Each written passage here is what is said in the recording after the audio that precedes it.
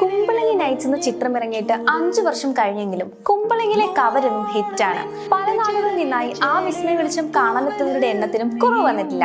അതുപോലെ ഇത്തവണയും കൊച്ചി കുമ്പളങ്ങിയുടെ വിവിധ ഭാഗങ്ങളിൽ കവര് പ്രത്യക്ഷപ്പെട്ടിരിക്കുകയാണ്. എന്താണ് ഈ കവർ എന്ന് നിങ്ങൾക്കറിയാമോ? ബയോലൂമിനൻസ് എന്ന പ്രതിഭാസമാണ് കുമ്പളങ്ങിയിലെ കവർ എന്നറിയപ്പെടുന്നത്.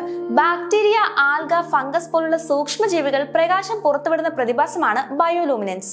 തണുത്ത വെളിച്ചം എന്നും ഇതിനെ വിശേഷിപ്പിക്കാറുണ്ട്. പ്രകാശത്തിനൊപ്പം ചൂട് പുറത്തു വിടാത്തതിലാണ് ഇത് നീല നിറത്തിൽ ദൃശ്യമാവുന്നത്. കുമ്പളങ്ങിയിൽ കവര് പ്രത്യക്ഷപ്പെടുക മാർച്ച് മാസത്തോട് കൂടിയാണ്. ഏപ്രിൽ മെയ് മാസങ്ങളിലും രാത്രികളിൽ കവര് കാണാൻ സാധിക്കും.